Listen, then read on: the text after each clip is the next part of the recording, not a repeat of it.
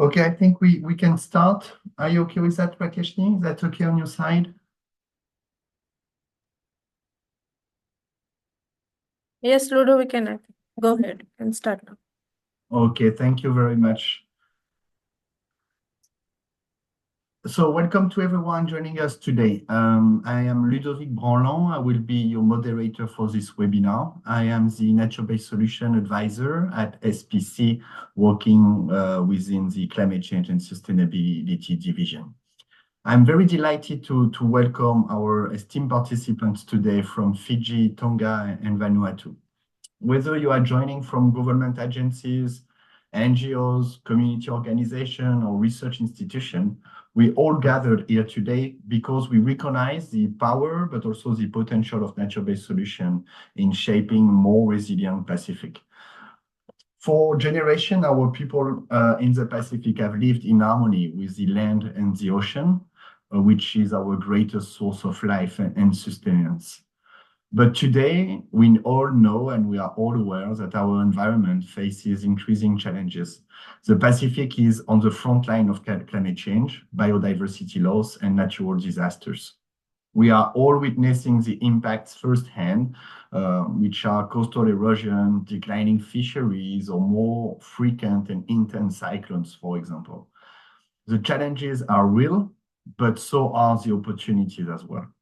NBS, Nature-Based Solution, offers a way forward that aligns with our Pacific values, tradition, and knowledge systems. Restoring mangroves, protecting reefs, adopting climate-smart agriculture, sustainable forest management, these are not just environmental actions. They are today essential investment in the food security, livelihood, or cultural heritage. However, while this Pacific has been practicing NBS for centuries within its communities, we still face significant barriers, which are limited technical capacities, lack of policy integration, and challenges in financing and scaling up this solution. That's why today's session is important for us. This first webinar is just not about theory. It's also about bridging knowledge with action. And this is what we will try to do for this first webinar that will set the scene of nature-based solution concept. Over the next 2 hours, we will explore what NBS means in a Pacific context. We will look also at the climate change context. We will hear some real-world case studies from the region, from each of the pilot country of the project, and discuss how we can strengthen implementation at all levels, from local communities to national policies. This session is the first in a series of 8 webinars designed to build capacity, foster regional cooperation, and equip Pacific stakeholders that you have with the tools to implement NBS more effectively. As we go through this discussion, I would encourage you to share your insight, challenges, but also questions. This is a space for open learning, and together we can develop solutions that work for the Pacific. So we really want to have some exchange with you, and we will be more than happy to answer any question you will have. This is why we do have a series of dedicated Q&A sessions. So with that in mind, I suggest that we begin our journey, and I will now present a short introduction to today's session to provide like foundation for our discussion. And thank you all for being here. So let me share my screen. Oh, Rakeshni, I don't think I can share my screen. No, it's okay, I can. Sorry for that. Okay, let me find up. Okay. So now you should be able to see my screen, if I'm right. Rakeshni, can you confirm that you can see the screen? Yes, Ludo, we can see it. Perfect. Thank you so much. So first of all, I would like to give you a quick overview of the PPIN project, which funds this webinar series. So PPIN stands for Promoting Pacific Island Nature-Based Solution, which seeks to support the development of policy and legislation for NBS, but also build awareness and capacity and strengthen regional cooperation among PICs on NBS. This project is focusing on 3 pilot countries, Fiji, Vanuatu, and Tonga, Its timeline is from 2022 and will end next year around April. We are targeting three main sectors, which are climate smart agriculture, forestry, and coastal resilience. The overall budget of the project is 4.4 New Zealand dollar, and it's funded fully by MFAT. Let's have a look now at the PIPIN partners and their role. IUCN is the main coordination body of the project. It's IUCN who's managing and coordinating the entire PIPIN project. In addition to that, we have three main implementing partners.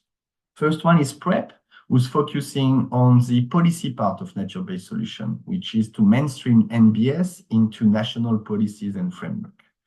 Triple GI, another implementing partners, is focusing on cost-benefit analysis of NBS versus business as usual, which is a key topic for NBS as well as a key challenge, as we will see later during the webinars.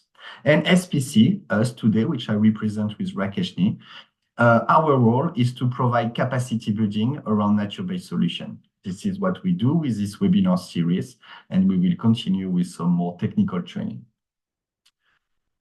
Just to provide you some context about this webinar series, we've been tasked, as part of this main objective to provide capacity building, we've been tasked to conduct a needs assessment in the three pilot countries, Fiji, Tonga, and Vanuatu, around the key sectors that I just presented, and to better define what are the needs. How can the project support you in improving NBS implementation within the forestry, agricultural, and coastal protection space?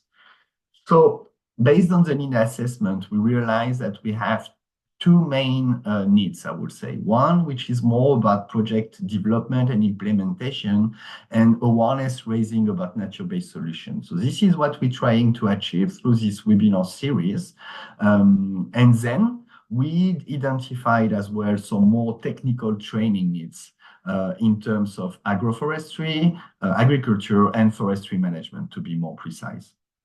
And we will provide some specific tailored technical training starting in the coming months that will complete these more theoretical, I would say, webinars. Let's have a quick look about this webinar series. So today we gathered to have this first webinar, which will set the scene from theory to practice to better explain what nature-based solutions are and to provide some very practical example on case studies from the three countries. Second webinar, all webinar will be every 2 weeks. Next webinar will be about the standards, nature-based solution standards, which is a tool to better frame NBS actions overall. So that will be a deep dive into the NBS and its standards. Webinar 3, scheduled for mid-April, will be about mainstreaming and policy. How can we better understand the policies to which NBS can contribute, and also how can we better mainstream nature-based solution and what mainstreaming even means to us. The fourth webinar will be on cost-benefit analysis. It will be also developed with Triple GI, one of our implementing partners, and we will dive into the cost-benefit analysis for better strategic design and impact. The fifth webinar will dive more into project development, from assessment to design and planning, whereas the sixth webinar, the following webinar, will be on the implementation itself. Then we will look at how to monitor and evaluate efficiently these nature-based solution projects. And the last webinar, which will be end of June, so we'll be together hopefully from now until end of June. We hope that we will keep you all the way though. And the eighth webinar will be about a more specific, cross-cutting specific topic, which are JETSI, gender equity, disability, and social inclusion. Today's, I'm going to make it quick. So we will start with a quick poll to assess your knowledge. Then we will have, hopefully, Julie, who will present the climate change risk and mitigation context in the Pacific. They currently have a fire alarm in the office of Julie, so maybe we will have to move a little bit of presentation, but that's what we will cover anyway. Then we will dive into the background of nature-based solution, how nature-based solution concept has been developed, where it's coming from. Then we will see more into details what nature-based solution means, what are the challenges and opportunities for implementation in the Pacific, as well as some myth-busting part, basically to get rid of the wrong idea and wrong perception of nature-based solution to hopefully make it clearer to you. Then we will have a dedicated time for Q&A to get all your questions, a small break, and then the second part, the second hour, will be a more dive and presentation thanks to our beloved partners who agreed to present their work in Fiji, Tonga, and Vanuatu. And we will close this webinar with some additional last short poll and a poll as well to evaluate and to assess this webinar. So hopefully we will stay within time. We will do everything we can to do so. In terms of speaker, I will be one of the speakers. I already introduced myself. I will ask other speakers to introduce themselves before starting the presentation, but let me give you a quick overview first. So we'll have Julie Danois, a colleague working at the Climate Change and Sustainability Division at SPC, who's the Climate and Environmental Risk Mitigation Officer. Then we will have our colleagues from IUCN, the PPIN Project Manager, Vinay Think, who will present the history behind NBS, and then our beloved partners to present their case studies. So we will have Alumita from Itoke Women in Conservation from Fiji. We will have Bani working at SPREP, implementing a project in Vanuatu, and Sesimani from Tonga, National Coordinator in Tonga, and also part of the Tonga National Youth Congress. So thank you very much, guys, for being here with us today and for sharing your experience. I'm gonna now close my slide and I will look. Okay, Julie just confirmed that she's available. So I will ask, before starting, the presentation, I will ask Rakeshni to take the floor and to guide you through the poll exercise before we start our presentation. Thank you, Rakeshni, for that. Thank you, Ludo. Could you just stop? Okay. Okay, good morning and good afternoon, everyone. So my name is Takeshni and I'm the Capacity Building Officer and Training Officer with Nature-Based Solution, and I report to Ludwig. So before we dive deeper into our session today, we would like to have a short live interactive survey to assess the participants' knowledge before the NBS, before the session. So I'll just share my screen.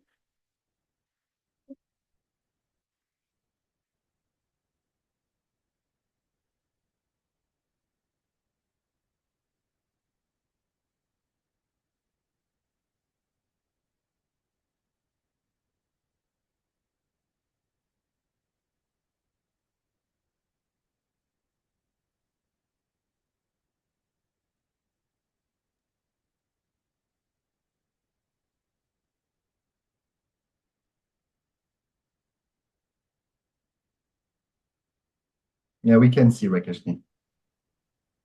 So you can just use the QR code, or you can just go to slido.com and add that code, and you will have access to these questions. And it's just multiple choice where you can just select the choices you have, and we'll have around 5 minutes for that. Thank you.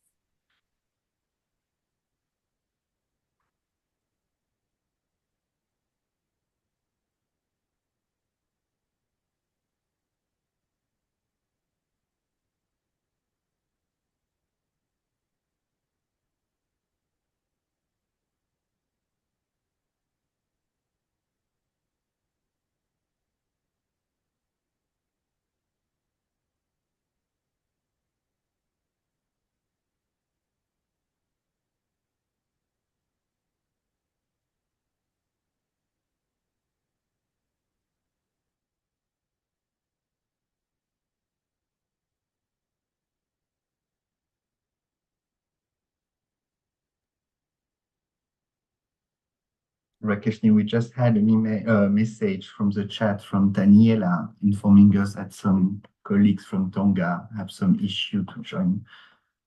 If you can check that, would be much appreciated. Thank you.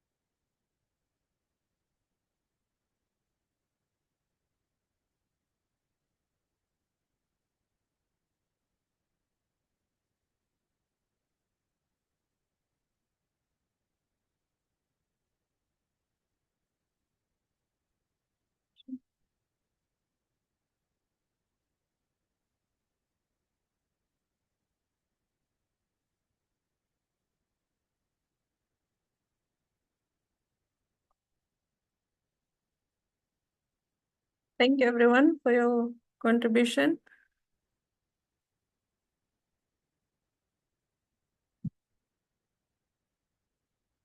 We do have one hand raised. Maybe we can take this one if there is any technical issue with it. And then we go ahead, Rakeshni.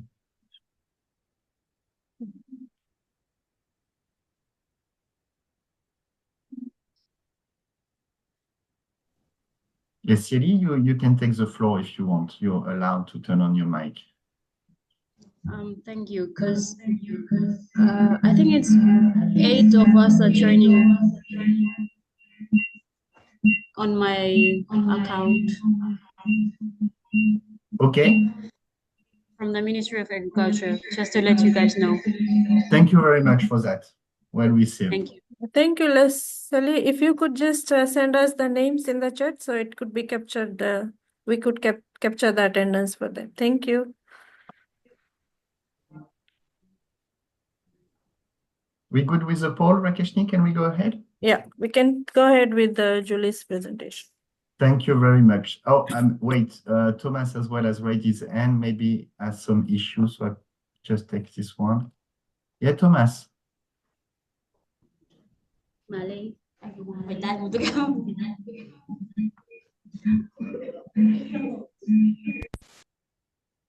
Thomas, any issue? Okay, if no, we just go ahead. For those who have just joined a bit late, no worries. We're just starting the presentation and a recording will be shared with you anyway. So thank you for joining. Julie, to stay on schedule, I now give the floor to you. Thank you. Okay, thank you, Ludo. Can you hear me?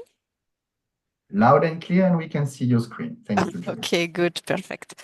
Hello, everyone. So for those who don't know me yet, I'm Julie Danois, Climate and Environmental Risk Mitigation Officer at the CCES at SPC, and I'm also part of the Social and Environmental Responsibility team. So today my goal is to give you an overview of climate change in the Pacific Islands. I will start with some key definitions, causes and consequences of climate change, and leading into possible response options.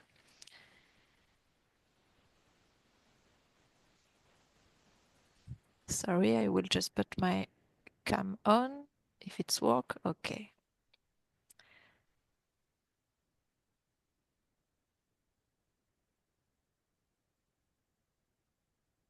Okay, so let's begin with some definition to establish a common understanding. So the first important definition I wanted to give you is, of course, climate change. So it's defined by IPCC as a change in the state of the climate that can be identified by changes in the mean and or the variability of its properties and that persist for an extended period. Another important concept to know is the impact, which refers to the effect of climate change on natural and human system, whether physical, biological, social, or economic, and can result from both slow onset events and extreme weather events. I have also added here a definition of impact assessment for your information, because you may come across it during this webinar or later in your work. And finally, I also wanted to give you the definition of risk. So it's defined as a potential for adverse consequences which arise from the interaction of hazard, exposure, and vulnerability. So now that we have a common and basic understanding of these concepts, let's move on to the causes and consequences of climate change. So I think most of you already have some knowledge about the causes and consequences of climate change. So I will go through this slide quickly. Just a reminder that the main cause of climate change is the increase in greenhouse gases, which trap heat in the atmosphere.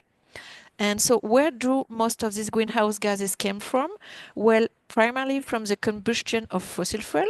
As a general principle to remember, whenever we use energy in any form, we emit greenhouse gases, whether it's for transportation, cooling, or cooking.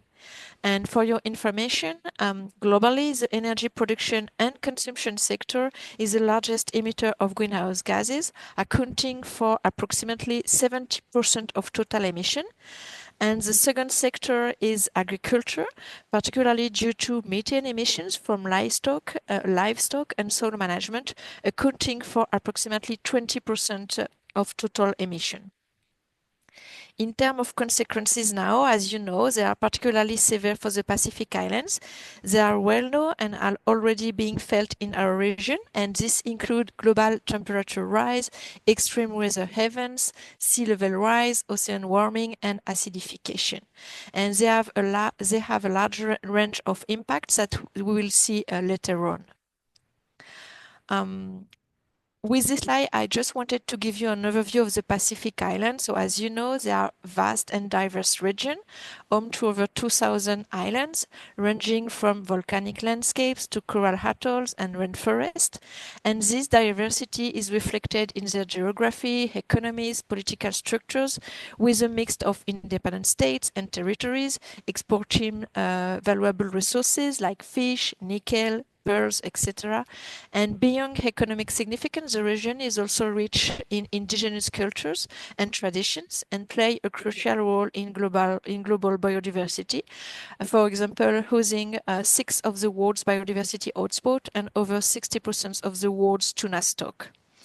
So that I wanted to highlight with this slide is that protecting this ecosystem is crucial, not just for the Pacific, but for global biodiversity.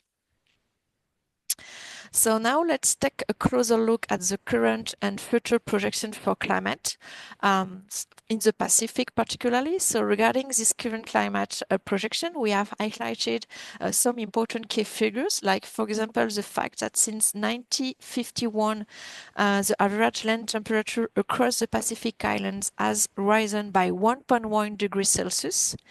Sea levels have risen 3 to 6 millimeters per year since 1993, which is faster than the global average. And the Pacific Ocean is 12% more acidic than it was in 2088, affecting marine life. Regarding future projection now, IPCC indicates that we will face more marine heat waves, increased aridity, and severe impact on coral reefs, especially if global warming exceeds 2 degrees Celsius. And this slide is the image adapted by the Worldwide Fund from IPCC report and shows how climate change will affect current and future generations depending on the decision we make today. For example, someone born in 1940 experienced a stable climate, whereas someone born in 2020 will face more extreme weather and rising risk throughout their life. And future scenarios ranging from low warming to very high warming depend on how quickly we reduce our emissions. So this slide also highlights the risk to natural system with coral reef potentially disappearing after 2050 and species like turtle and whales facing increased threat. So the message to this picture is very clear. Our choices now will shape the future of life on Earth. So let's go back now more specifically to the Pacific region. So this slide provides an overview of all the Category 5 cyclones that have occurred over the past 40 years. And as you can see, cyclones are becoming more frequent and intense. And we can clearly see that since 2014, there has been one cyclone per year. Sorry, there has been one Category 5 cyclones per year, whereas before it was more like one every 5 to 7 years. And we also observe an increase in fatal damages. And this table also only reports Category 5 cyclones, which represents the most powerful category of cyclones, but it will be even more significant if we had also taken into account lower category cyclones. Here are just some examples of how cyclones can impact and damage Highland. So for example, we have a cyclone Harold in 2020 that affected over 180,000 people in Fiji, damaged 59 schools and displaced entire communities. And on the right, it's the example of Cyclone Hita in 2004 that caused damage equivalent to 4 times the GDP of Niue, destroying critical infrastructure and cultural heritage sites. So these events underscore the urgent needs for resilience building and adaptation strategies. I also wanted to take a quick look at the main risk in the Pacific, so I won't go into detail as we have already talked about most of them. I will just highlight a few, such as, for example, water and food insecurity, with staples like taro and sweet potato expected to decline significantly by 2090. Loss of biodiversity, with up to 90% of coral reefs at risk under a 2% warming scenario. Economic decline and loss of livelihoods, particularly in fisheries and agriculture. And ultimately, one of the greatest tragedy is forced displacement of communities and even loss of human life. This slide is just to let you know that you can find fact sheets specific to the Pacific, which summarize the key findings of the IPCC on various themes, which describes climate impact changes and vulnerability and also adaptation pathway. And these fact sheets are available on the Pacific Climate Change portal. So now, what are the general responses options that we have to reduce climate risk? So this slide provides an overview of the response options, including mitigation, adaptation, and disaster risk reduction effort, and highlights that strong mitigation and adaptation efforts are essential to minimize loss and damage. Without them, the impacts will hit the most vulnerable communities hardest, underscoring the urgency of acting now to reduce risk. And it shows that current impacts of climate change can be prevented from turning into losses and damages through adaptation, while future impacts can be avoided by adaptation and mitigation. And when this is insufficient, loss and damage measure and finance are needed to ameliorate the losses and damages borne largely by the most vulnerable. So together, these approaches offer a comprehensive response to protect vulnerable communities and ecosystems.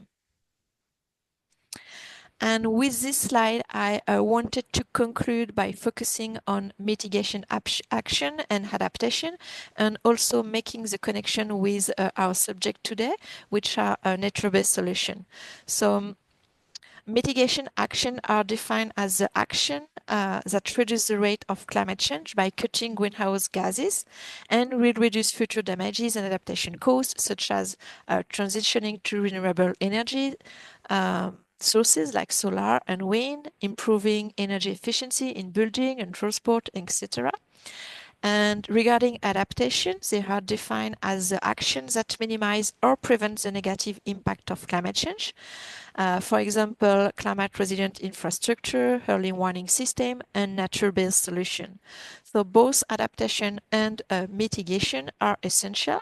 Mitigation reduces future risk, while adaptation protects us now. And nature-based solution can contribute to climate mitigation, climate adaptation, or both, making it a win-win strategy that protects communities, reduces emissions, enhances resilience, and preserves biodiversity. And that's it for my presentation. I will hand over to Ludo now. Thank you very much, Julie, for setting the scene, which I have to admit is not very optimistic, but thankfully you linked it with some perspective and solution. Thank you for that. And unfortunately, that's the reality that we are all facing. So thanks for this data and very clear presentation. We will keep some question for in a few minutes after we do have like the two next presentation, if that's fine for you. I will now, in order to keep on schedule, I will ask Vinay to take the floor, who will guide us through the history of nature-based solution. Bula Vinay, thank you for being with us. Thank you, Ludo. Thank you, Rakeshni. And I'm absolutely thrilled to see some very familiar faces, or rather names, I would say. And thank you for the colleagues who are joining in from Tonga and many other regions from the Pacific. Colleagues, bear with me as I quickly pull up my presentation and we'll go through some basics of NBS. We'll go through an introductory session to NBS. Are you all able? Ludo, can you see my screen, my slides? They are all well? Perfect, Vinay. Can see you, Thank you, the screen, and we can hear you well. It's great. Thank you. Colleagues, thank you so much for joining us today, and we'll deep dive into the history of nature-based solutions. Moving forward, I will be addressing nature-based solutions as NBS, where we will explore how this concept has evolved over time. While we've seen that NBS has gained prominence in global environmental policy in the last few decades, many of its principles have been practiced for centuries, particularly here in the Pacific. My goal here today is to provide you or take you on a journey of NBS from its global origins to its adaptation in the Pacific region. We will look into some key milestones, perhaps, and how indigenous knowledge, indigenous-led, indigenous science has formed policy frameworks, and what are some of the regional policies, projects, and frameworks available for nature-based solutions. As I've said, this is an introductory session. I will provide you with a very basic and a quick overview of what is happening in the region.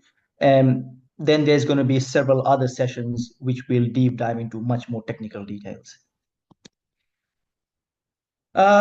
Nature-based solutions, or NBS, is rooted in ancient conservation and land management practices. This is not new. Indigenous communities worldwide, including the Pacific, have used NBS for centuries. Traditional knowledge systems emphasize sustainable resource use and ecosystem-based or EBA approaches.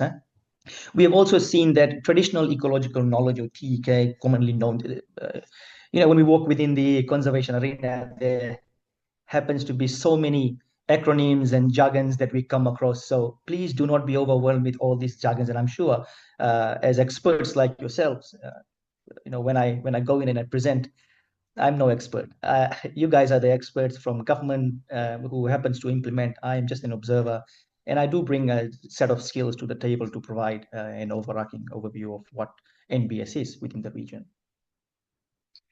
Nature-based solutions, in a nutshell, are actions that protect, restore, and manage ecosystems to address societal challenges. We have seen that nature-based solutions at its core, as I've said, involves using ecosystems to tackle societal challenges. What are the societal challenges with the likes of climate change, water security, disaster risk. But the concept did not emerge overnight. The history of NBS can be tracked back to early conservation efforts. For example, in the 19th and the early 20th century, governments and conservationists recognized the importance of forests in regulating water cycles. So, controlling watershed management or upstream flow of water would definitely, or controlling water upstream would definitely control flood, would have the equal distribution of water downstream. By the 1970s and 80s, the conservation shifted to ecological restoration. So scientists and policymakers began promoting reforestation, wetland protection, for example, sustainable agriculture, which we are very fond of, for example. An example that comes to my mind is crop rotation practices or contour farming practices. And these can be seen throughout the Pacific as a viable solution to land degradation. The concept of using nature to solve climate-related challenges became formalized in the 1990s and the early 2000s under the term which we have heard of or we are very familiar of with the likes of EBA or ecosystem-based adaptation and eco-DRR or eco-disaster risk reduction. With the shift in the global policy in 2015, the Paris Agreement, which we all know of, recognized NBS in climate adaptation strategies. And in 2020, IUCN, the International Union for Conservation of Nature, launched the global standard for NBS to ensure best practices worldwide. I'm not going to be talking more on the NBS standard. There's going to be the next session after this webinar, but just so you know a trajectory of where we are with NBS. Again, a very quick overview. If we track the science and the mainstreaming of NBS, NBS was first mentioned by the World Bank in 2008, with first research launched in 2013. But in my next session or the next webinar, I will delve deeper into the decades of work in which IUCN has been doing on NBS straight after the launch of, or the first mention of NBS in 2008. In 2009, IUCN took the reins and has been doing quite a lot on the global policy scene, the global NBS policy scene. We have seen that global institutions have now embedded NBS into major policy frameworks. For example, the UNFCCC encourages countries to include NBS in their NDCs. We have also seen that CBD or UN CBD sees NBS as a key to restoring biodiversity. Meanwhile, the IPCC or the Intergovernmental Panel on Climate Change highlights NBS as one of the most cost-effective ways to tackle climate change. Colleagues and friends, why do we integrate NBS, or why has NBS taken the world with its prominence? Is because of the very mere fact, two key elements. One, we have seen NBS as a cost-effective solution to grey infrastructures. And second, it promotes biodiversity, either restoration or biodiversity creation within any projects. We have also seen that the growing policy support has led to an increase in NBS financing. However, there's a sad reality that climate finance within the Pacific region is extremely minimal. Climate calamity is not created by us, but as large ocean states, we are the ones who feel the full brunt of the climate change impacts within our Pacific region.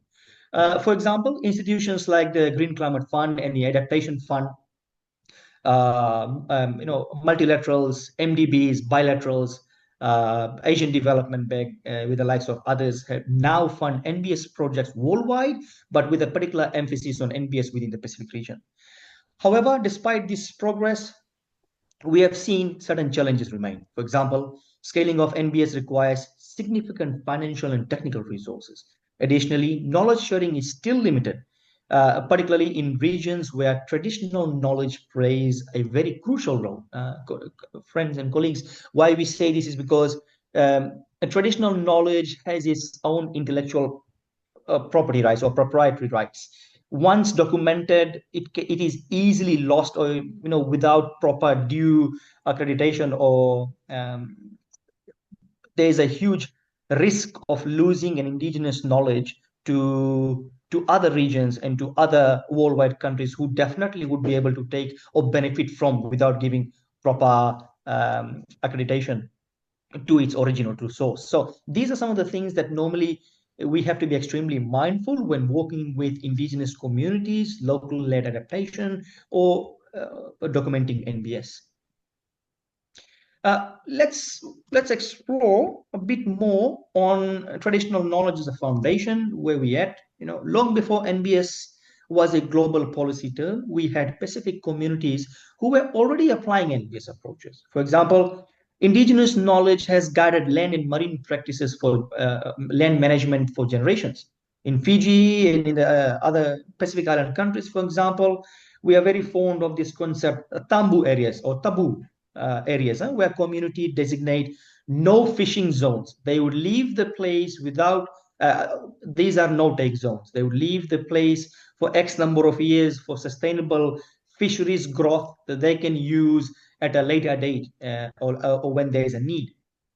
And this has been quite effective marine conservation practices for centuries. I'm just giving you one example. The other example that comes to mind is, for example, traditional agroforestry, which is seen in many other regions. These systems mimic natural ecosystems by planting a mix of trees, crops, and medicinal plants to maintain soil fertility and food security.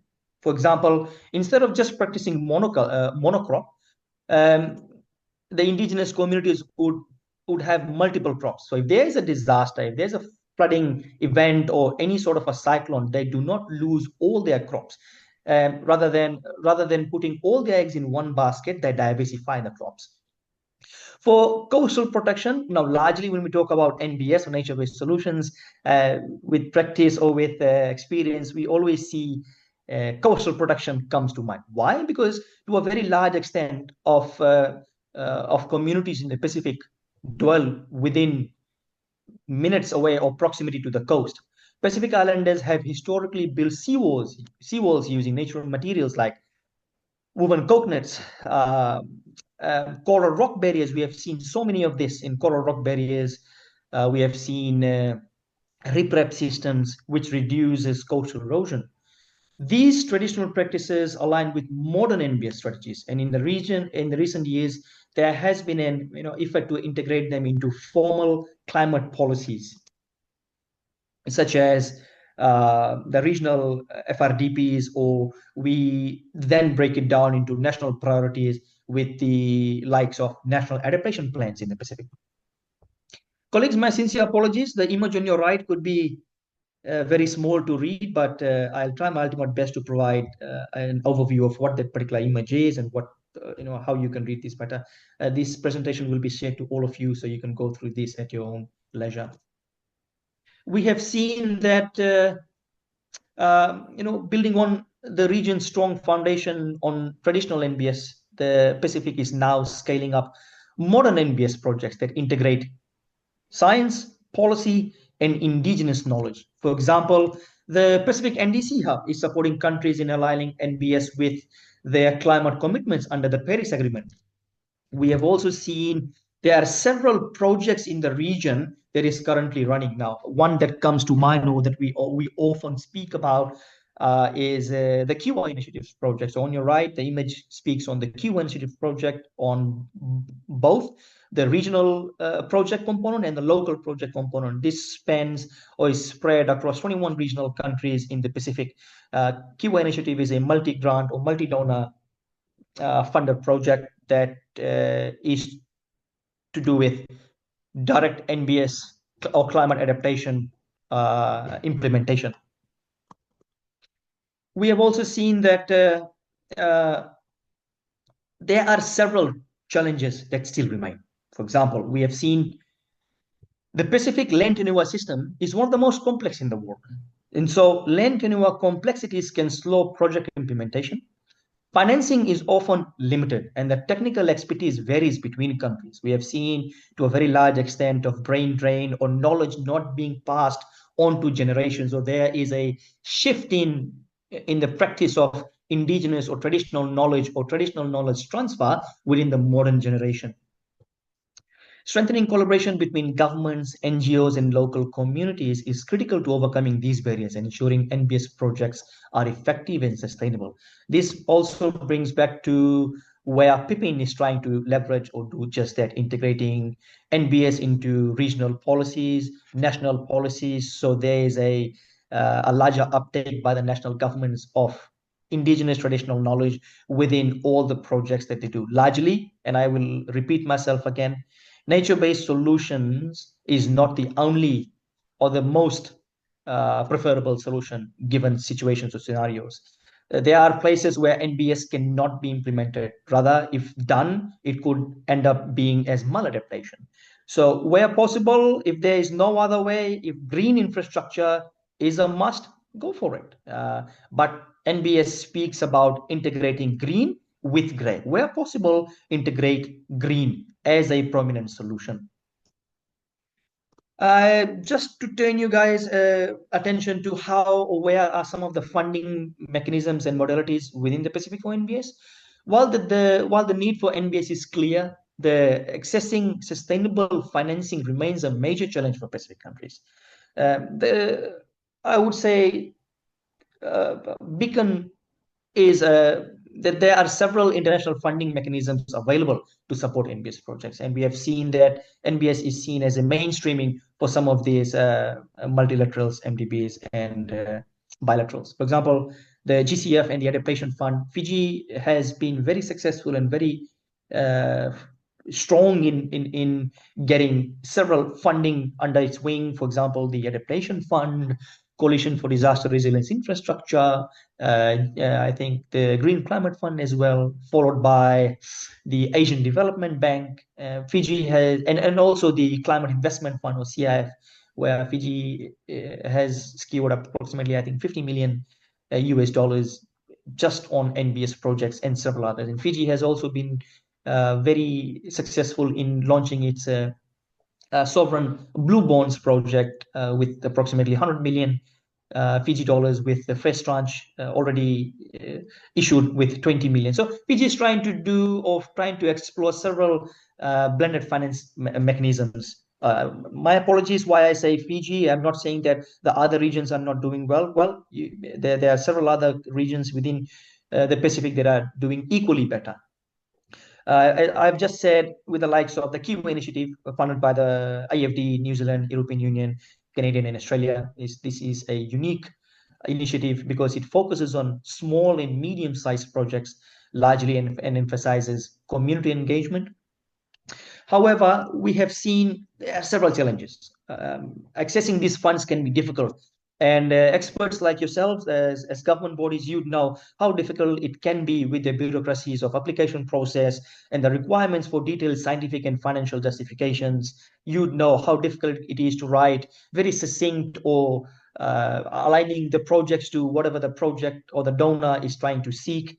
It could be a massive challenge. Capacity would be a massive challenge. But then again, we have seen another challenge is many funding mechanisms operate on short project cycles.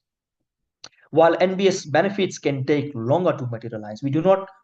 These project cycles range from 3 to 4 to 5 to 6 years, and you cannot have a mangrove planting initiative to start providing its maximum or full benefit within 6 years. I mean, we know that the mangrove ecosystem restoration takes years for it to provide its full capacity. To address these challenges within the Pacific, Pacific nations need to strengthen local capacity to design and manage NBS projects effectively. One solution, as I've said earlier, is blended finance, where public and private funding sources are combined to support long-term initiatives. I've also said another promising approach is the creation of sovereign bonds. So, for example, Fiji has already established its mechanism on the sovereign bonds frameworks. Who knows? Just creating an NBS bond would be the way forward for a sustainable long-term, continued funding mechanism.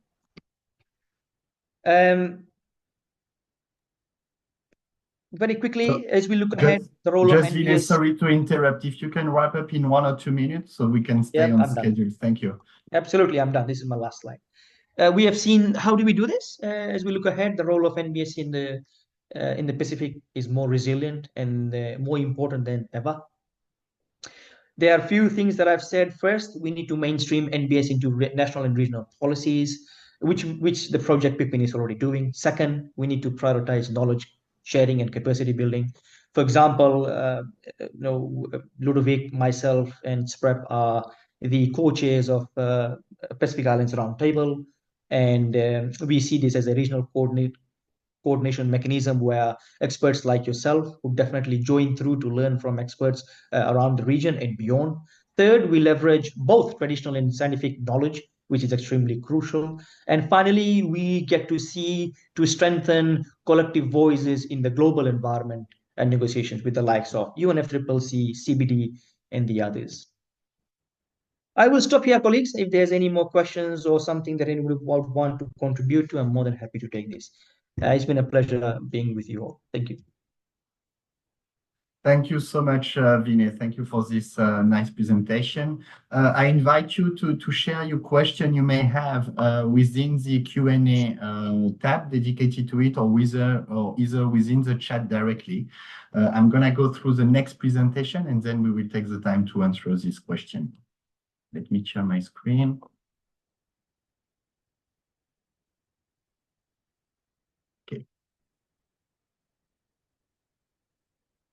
Now you should be able to see it, right? Rakeshni, can you confirm you seeing my screen? Yes, sir. Ludo, we can see your screen clearly. Perfect. So let me go ahead.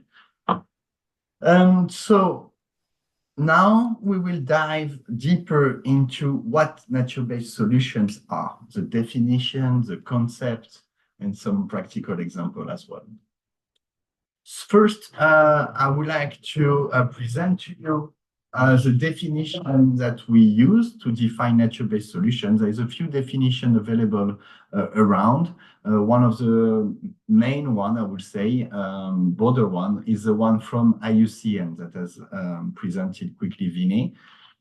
So we define nature-based solution as actions to protect, sustainably manage, and restore natural or modified ecosystem to address societal challenges effectively and adaptively. NBS must answer to at least one of the following societal challenges to be qualified as an NBS, which are climate change mitigation and adaptation, disaster risk reduction, economic and social development, human health, food security, water security, and environmental degradation and biodiversity loss. It's very important to look at these nice graphs that we see on the right, because I think it summarizes pretty well the concept of nature-based solution. Not all activities to protect or restore a specific ecosystem can be qualified as NBS. To be qualified as NBS, to summarize, we need to have these ecosystem actions to protect, manage, or restore, to address one of the societal challenges that we can see here on the graph that I just presented, to deliver both human well-being and biodiversity benefits. If your project fails to provide biodiversity benefit, for example, that won't be considered as nature-based solution because it's focusing only on the social development part, socio-economic development part. Same, if your project is focusing only on biodiversity benefit, it is not a nature-based solution, but rather a conservation project. And we will get back to the linkages between conservation and NBS just after. But that's very important to keep in mind. For example, we came along with some project proponent asking for some funding for NBS to eradicate some rats in a very lost atoll where no one is living. Despite the ecological importance of this action, it is not qualifying as nature-based solution because the project proponents were not able to define what are the socio-economic human well-being and focusing only on environmental and biodiversity benefits. So therefore, this type of initiative cannot be defined as nature-based solution. So you need to answer to these broad societal challenges and deliver both human and biodiversity benefit. In a nutshell, nature-based solution is how can we link socio-economic development by respecting and protecting the nature? How can we have this development aligned with the nature protection? Let's have a look at some sub-concepts. As you guessed, or as you know already, nature-based solution is therefore an umbrella term that encompasses some sub concepts. We do have the one related to restoration, management, and protection, as I just presented. So to give you an example, for ecosystem restoration, ecological restoration, ecological engineering, or forest landscape restoration are nature-based solutions. Same when we look at protection, how we can protect a specific ecosystem. It can be through area-based conservation approaches, for example, protected area management. That's an action to protect the ecosystem, which is qualified as NBS as well. But that's not the only one. You can have also like activities related to management, such as the integrated coastal zone management, reach to reef approaches, integrated water resources management. So these are the main subcomponents, but we do have also more specific infrastructure-related activities, such as green-gray infrastructure, green infrastructure, or natural infrastructures. And then we do have the issue-specific ecosystem-related activities. These are the activities that are working on ecosystem, but to answer to a specific issue that can be, as presented by Julie, ecosystem-based mitigation to mitigate, to reduce the amount of carbon emission. It can be, that's usually a well-known term for you, EBA, ecosystem-based adaptation, which is a nature-based solution. It is just a sub-concept of nature-based solution. So that gives you an overview that nature-based solution is very broad, but that's an opportunity for us to develop like a sustainable and resilient framework for developing such activities. Next slide is summarizing a little bit this concept that I just went through, so I'm not going to detail that now. But I would like to get back when I was presenting to you the definition of nature-based solution that needs to deliver both socioeconomic and environmental benefits. Often we came to the question to better understand what are the linkages between conservation. Is nature-based solution just not only conservation?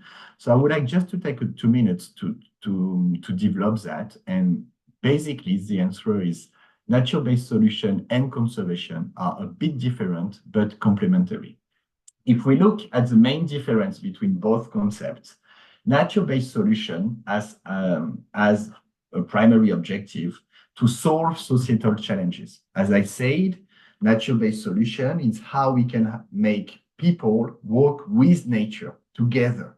You have to have these two components. If you miss one of them, then maybe it's more conservation, because conservation main objective is to preserve and restore biodiversity and ecosystems. Whether there is like some human interaction or socio-economic interaction, but the primary objective of conservation is to protect nature. NBS is by definition more human-centered because it explicitly integrates social, economic, and cultural benefits, where conservation focuses mainly on ecological integrity. In terms of application for nature-based solution, it's how we can use ecosystem services to provide tangible benefits to people, to communities, where conservation is to protect biodiversity and ecosystem for what they are, for their intrinsic value. In terms of approach, NBS are more dynamic, solution-oriented, and problem-solving. They need to solve one key issue, which is linked to the societal challenges we discussed: disaster risk reduction, climate mitigation, adaptation, food security, water security, you name it. Conservation is more preservationist, focusing on more long-term ecological health. It doesn't necessarily integrate linkages again with a society. One example, marine protected areas for biodiversity is a conservation activities. Will protect this environment, whatever the human activities can be. Where nature-based solution, one example can be mangrove restoration, which prevent coastal erosion, but also provide fisheries. So you can see the linkages between environmental biodiversity benefit and socio-economic benefits. So to summarize that, as a key takeaway, nature-based solution is not a replacement for conservation. And it should not be used as an excuse to underfund or neglect conservation efforts. Instead, both work together. They are complementary initiatives. NBS builds on and amplifies conservation efforts by linking ecosystem health to human well-being and economic resilience. You can see again the link with the socio-economic aspect. But on another hand, we need healthy and well-managed ecosystem for NBS to be effective and sustainable. Without the conservation aspect of nature-based solution project will lack this ecological resilience that we are talking about. We'll be more than happy to answer some questions around that after. Let's have a quick look about some examples of nature-based solutions. Some have been presented by my colleagues earlier, and we will have some very real-life case studies presenting just after this presentation. So I'll be pretty brief, but when we think about nature-based solution for coastal ecosystem, we can think about protecting or restoring these coastal ecosystems using natural buffers such as wetlands or, for example, mangroves. We do have as well anything related to sustainable water management, management of wetlands, also everything related to riparian restoration for rivers to make sure that we have an efficient flood protection and water security as well. NBS can also be applied to an urban context and work also on management of agriculture, forestry, but also agroforestry to offer food security, for example, water regulation and social development. Why do we believe that nature-based solutions are relevant and important in the Pacific? First of all, we know this has been said already, Pacific Island countries are vulnerable to climate change, and nature-based solution can act as a natural buffer for increased climate adaptation. We do have also some limited land resources, and NBS will optimize the use of these land resources by applying some very good practices and sustainable practices such as agroforestry or watershed restoration. Disaster risk reduction is also very important. We need to restore our wetland, coastal forest, and reef to reduce the storm impacts and minimizing economic loss.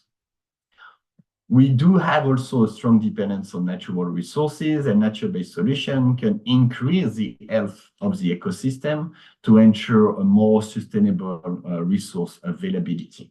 Sustainability is very important for nature-based solution overall.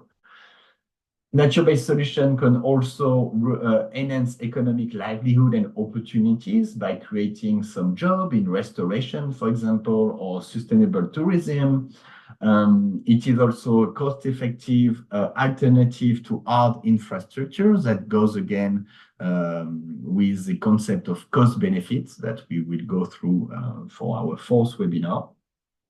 And as explained by Vinay, there is a strong potential for nature-based solution to contribute to the achievement of national or regional targets, such as the national determined contribution indices, or more broader regional aspects, such as FRDP, which is a framework for resilient development in the Pacific, or global biodiversity framework. And of course, a strong alignment with traditional knowledge, which has been well presented by Vinay earlier. Now, and just more few minutes before we can take your question, just teasing you, I would like to go through some misconception of NBS. We hear a lot of things, sometimes which are true and sometimes false, so that I just would like to bust these myths today with you. So I selected 6 of them. The first one is that we often hear that NBS are just conservation, but rebranded. I hope that I've been clear earlier to make sure that you don't believe in that myth. NBS, again, goes beyond conservation. Conservation focusing on protecting the ecosystem, and NBS actively harness ecosystem to address societal challenges. And in the Pacific, we also talk about the integration of traditional knowledge and sustainable resource management for tangible benefits to communities. Again, you can see this link between socioeconomic and conservation, which makes the added value of the NBS compared to conservation.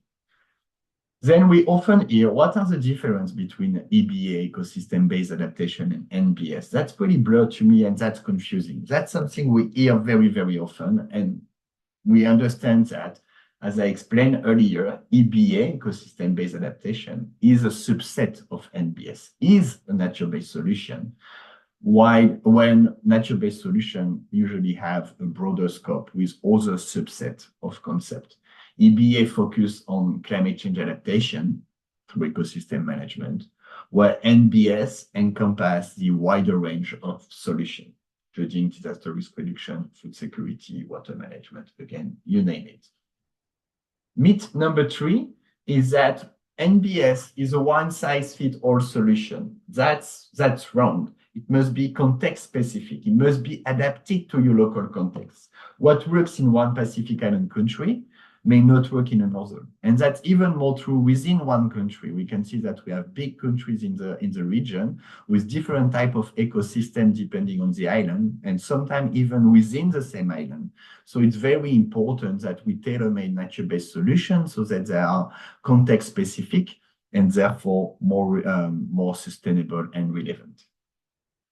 A fourth myth is that gray infrastructure is always more reliable than nature-based solution. And that's something that we hear a lot from decision makers because they lack data as well. So NBS can provide cost-effective, long-term, and adaptive solution to complement or replace engineered infrastructure. Myth number 5 is that NBS are too expensive and complex. Vinay has talked about it, so I'm not going to detail that, but definitely nature-based solutions provide long-term economic, social, and environmental returns on a long-term run. Even if they require some upfront investment, we see all the studies and practical case studies demonstrate that on a long-term basis, NBS are often a relevant and accurate solution to invest in. And last, NBS are only about climate change. No, as we have seen earlier, climate change is one of the issues that can be addressed by NBS, but not only. Even if there is strong linkages, and that thanks to Julien, we now understand that we have to deal with climate change on day-to-day basis, specifically in the Pacific, but NBS can also be a good solution to overcome some challenges related to economic development or private sector initiative. And last, we identified a few challenges for nature-based solution implementation. There is sometimes like a weak national policy framework for nature-based solution. This is why we need to work on mainstreaming nature-based solution. Often, since nature-based solutions are a cross-cutting topic, covering topics such as infrastructure, resource management, agriculture, forestry, fisheries, these skills are often spread within the different ministries, and we can see a siloed nature-based solution governance. Standards and definitions as well somehow lack some clarity. NBS is viewed as very difficult to implement, which is not always the case if you are well prepared, and this is what we are trying to achieve here. And there is also a lack of understanding for the cost benefit of NBS and a lack of skills and better capacity building. So I'll stop there. Still trying to stay on track. But now we are more than happy if you have any questions for my presentation, Vinay, Julie, anyone who made the first presentation, we're more than happy to take your question. So you can either raise your hand, write your question in the chat, or through the Q&A tab.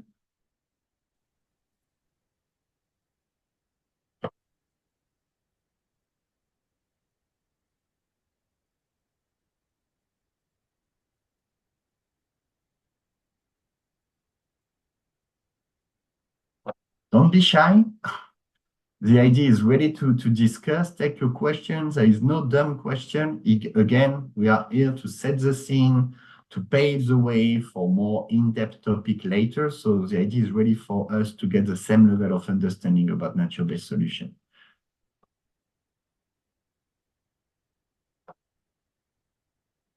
And if not, we'll stay together for a few months through this 8-webinar series.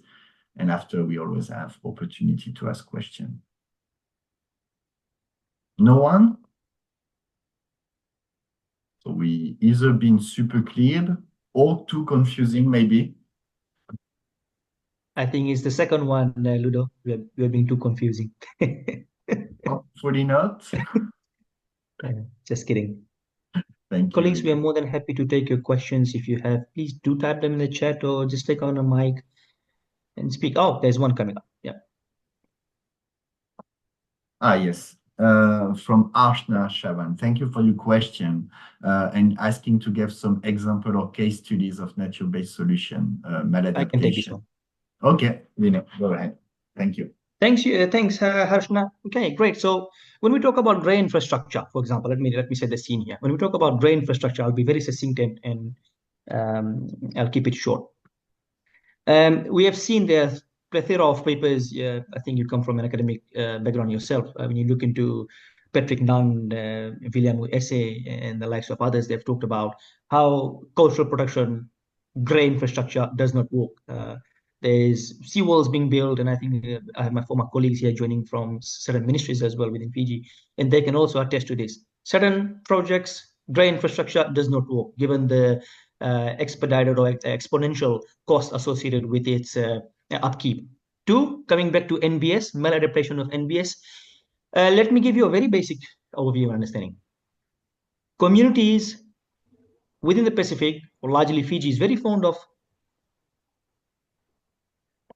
mangrove restoration projects. Left, right, and center, people are just going around planting mangrove because what works for one place, they think or presume or preempt, is going to work for other regions. There are several places we have seen where mangrove ecosystem never existed, yet people are going in to plant thousands of propagules of mangroves. For example, the Coral Coast region with its very high energy, wave energy, we have seen that the mangrove ecosystem does not grow. So those become maladaptation, where you go in expedited or extended efforts of communities behind it, X number of dollars of funding has been pumped in.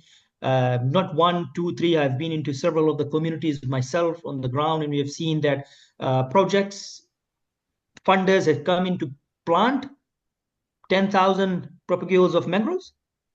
Till date, there's none. Thank you. Thank you very, very much, Vinay.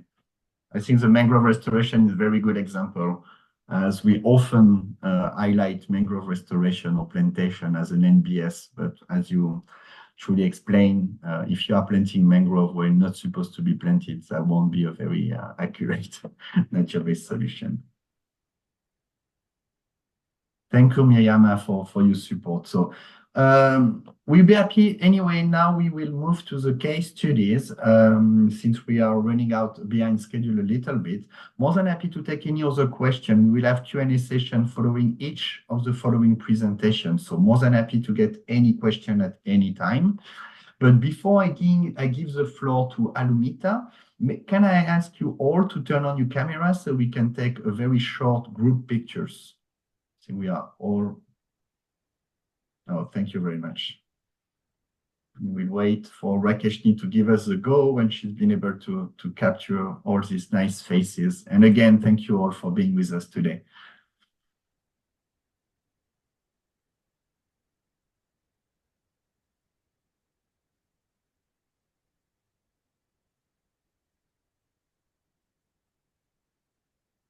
Oh, and just realized we have two Vinay things today with us.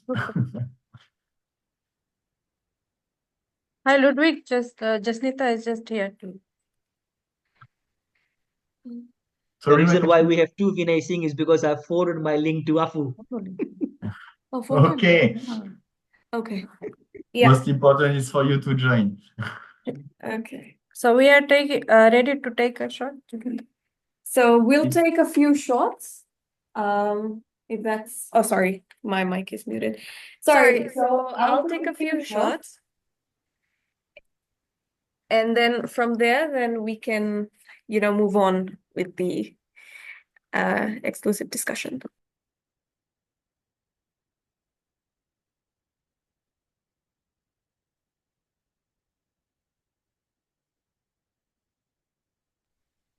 Okay, 2, 3. Okay, next one. 2, 3. Next one. We have a lot of participants, so Yeah. 2, 3.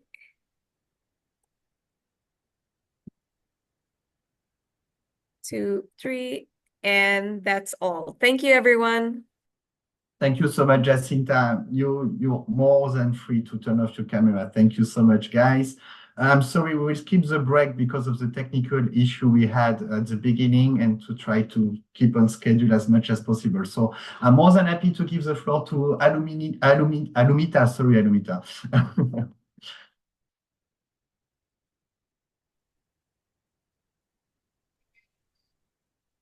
Thank you. Thank you for having me today. Kashmir, is it possible to share my presentation from your end? Sure, I'm sharing it.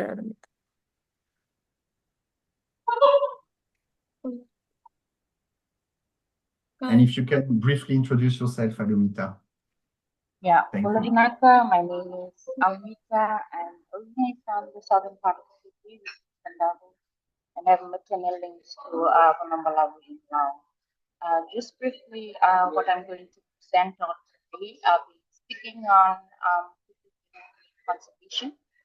This is basically a group that is formed by a group of friends from the University of the Southeast. I'm Then sorry, I'll talk Alumita. about Sorry to interrupt you. Very sorry for that. We hear you from far. Are you able to get closer to the mic, maybe? Can you hear me now? Perfect. Thank you so much. Sorry for interrupting again. Thank you.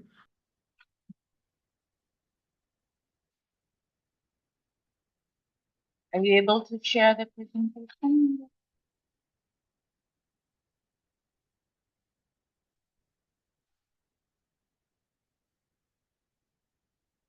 Thank you.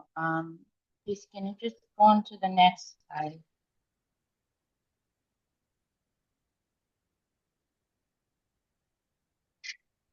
Thank you. So briefly about the group, actually our volunteer group. It's initiated by, on the previous slide. Yes. It's initiated by a group of indigenous E2K women with a background on environment, marine, and climate change alumni from the student. As our Sorry, elder Almita. Sorry, Almita, could you please come nearby, or if you have a headphone with a mic, because we cannot hear you properly. Can you hear me well?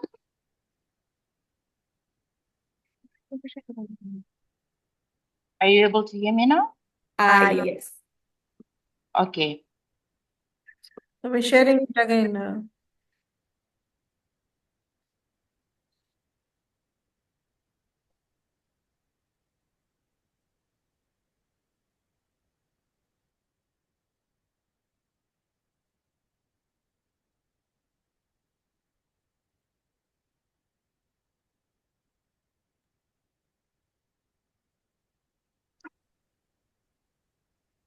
My apologies for that, but this group was initiated by a group of indigenous E2K women from alumni of USP.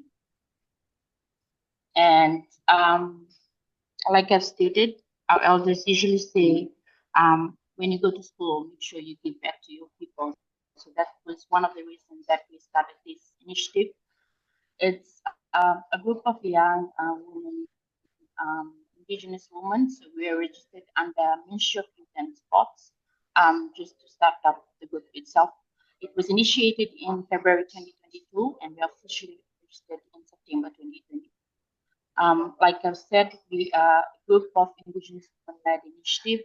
Our main aim when we try to of what we should do in this initiative, we thought of our expertise in trying to coordinate, facilitate, and implement blue and green carbon programs to empower women and youth in our communities. That was one of the initiatives that we decided out of this. So blue carbon usually it refers to carbon stored in coastal and marine ecosystem, and green carbon is basically carbon that is stored in terrestrial ecosystems. So that's an initial overview of the group itself. Just on the next slide, Rakashni.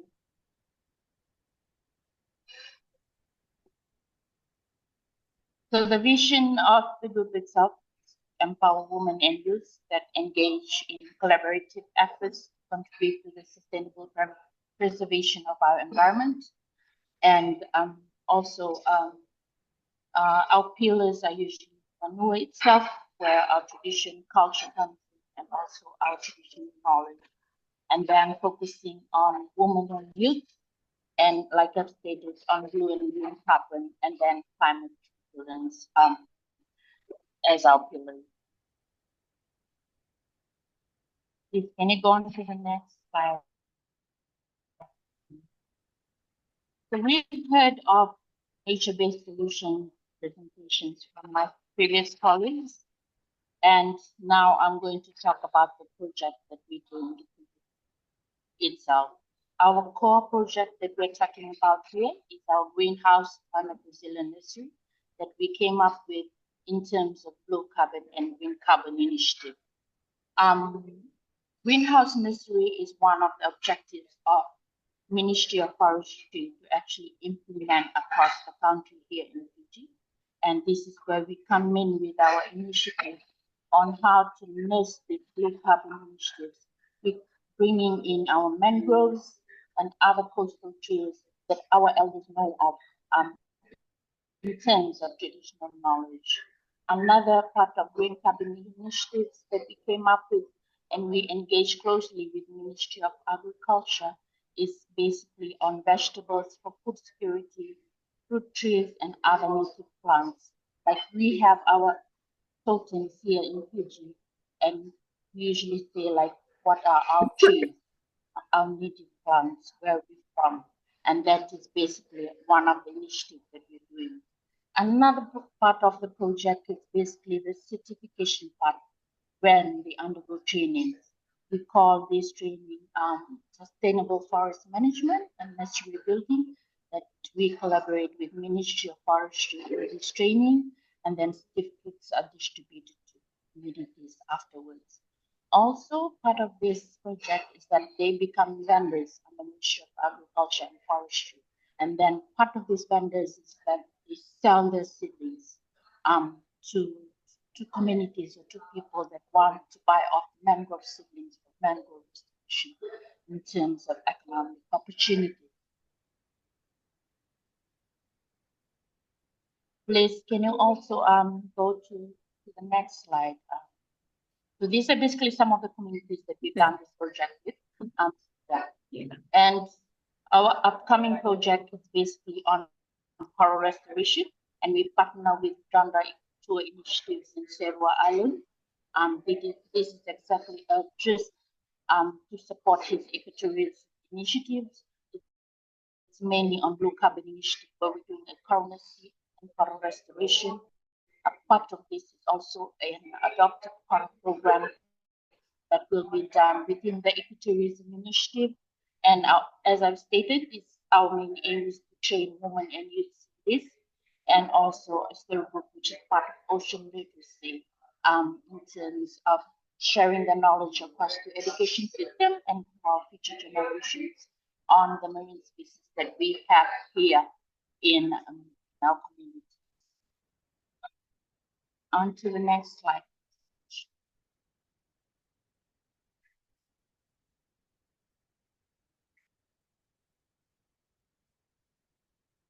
Please, can you move to the next slide, Rakashni? Thank you. Some of the challenges that we came up with is limited resources. Like I've said, that this project is actually a small scale funded project, basically just projects rather than monitoring in terms of this project. Another one is patriarchal system, where we're trying to empower our youth and our women in this initiative. And when it comes to money, men are usually the ones that want to take over with this initiative. Yeah? And the other one is, please can you go back to, yeah, logistical barriers. One of the things that we've faced as well is in terms of transport. When we access to remote areas, like we've implemented a project in Kandavo, and then this project was supposed to be a one-week project training where there was no transport to actually bring us back. So that was one of the difficulties that we faced during implementing this project as well. And the last one is just sustainability of efforts. This is mainly, like I've stated, that in long-term maintenance of this project, we require large-scale funding in terms of this. And just to go on to the solutions, Rakesh, you can move to the next slide. So we see that funding and partnership is very a big component of this initiative, where we actually try to leverage these projects across to our communities. And now we've seen the partnership from ministries in terms of them actually doing the monitoring after we implement projects. And also a part of this as well is to introduce community-based fundraising campaigns after we do the projects itself, like adopt a power program and also selling of things, of course. Another one is that in terms of patriarchal system, we try and establish committees within women and youth with these projects to actually take the forefront of decision-making initiative. And in terms of community involvement, the most important one is to raise awareness on this and yes, how best we can take it down. Because when we visit communities, this kind of technical terms doesn't go together with the how they actually carry out the stuff. So it has to go down in a local language where they can understand how these opportunities come across, and then they can bring in the traditional knowledge perspective into the system as well. And a part of the project is doing handover project to the communities where they have ownership of these projects once this project has been done. And lastly, I'd like to state on the sustainable mechanisms of this. So in all of our projects, we try and see that there's economic opportunities out of it. How do they get money out of the projects that is there? We see that developing income generating activities tied to conservation, such as selling of certified seedlings or creating ecotourism, help sustainability within the community. And just to conclude, Rakesh, please go to the last slide. Yes, so through our initiatives, we've seen that there's a power of women and youth collaboration in conservation through our core projects to actually empower communities, promote sustainability, and enhance economic opportunities while also preserving our cultural heritage. And we do need your support into these efforts. If you have initiatives in mangrove planting, please do contact us. We have these nurseries that sell seedlings of mangroves, also our native trees and fruit trees. And also, if you want to support ecotourism, please also contact us where we can, where you can experience community experience within our people. And also, the last message is just let's build a sustainable future for our people and planet. Thank you so much for having me today, Maka. Thank you so much, Alumita, for the great presentation, and congratulations for the awesome project that you are doing. It's a great example of very efficient nature-based solution linking like private sector, also use. And so that's a great project. Thank you for that and congratulations. Do we have any question for Alumita? I can see that Jasmina, you get your hand raised. Would you like to get the floor?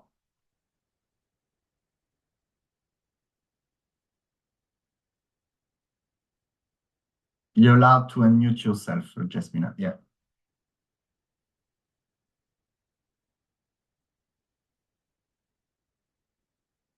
You appears to still be muted.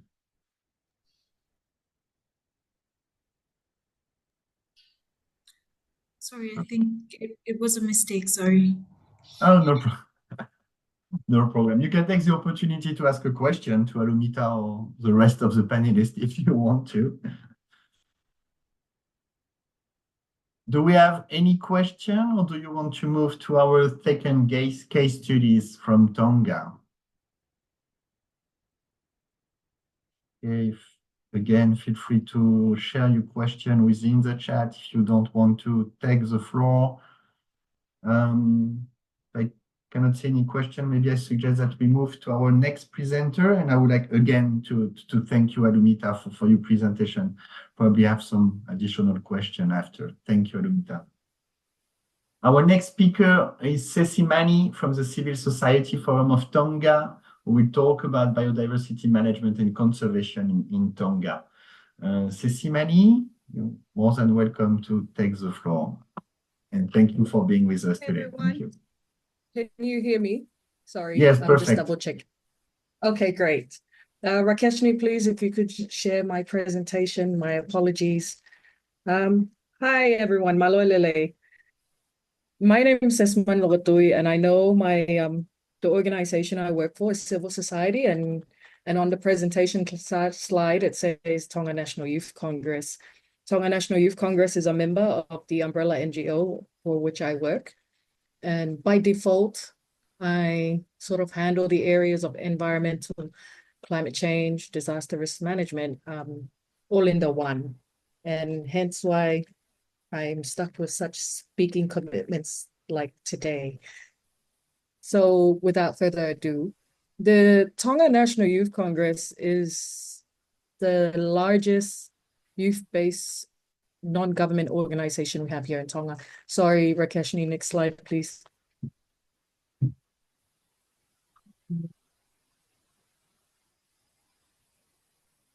It was established back in 1991.